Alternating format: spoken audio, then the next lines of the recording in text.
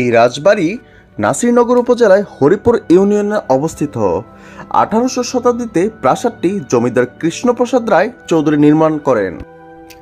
বর্তমানে জমিদারগণের উত্তরসূরিদের কিয়দাংশ নিচতলায় বাস করে এবং উপাসনা করে।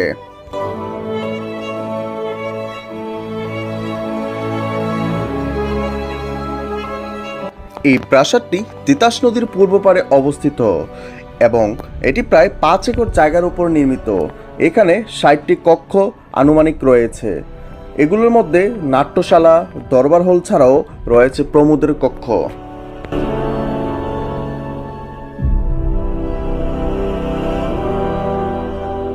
এই বাড়ির পশ্চিম পাশে শানবাঁধানো ঘাট রয়েছে তিতাস নদীর পাড়ে।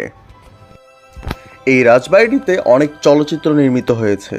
এর মধ্যে বাংলা টেলিফিল্ম হুমায়ূন আহমেদের রচিত গেটুপুত্র কমলা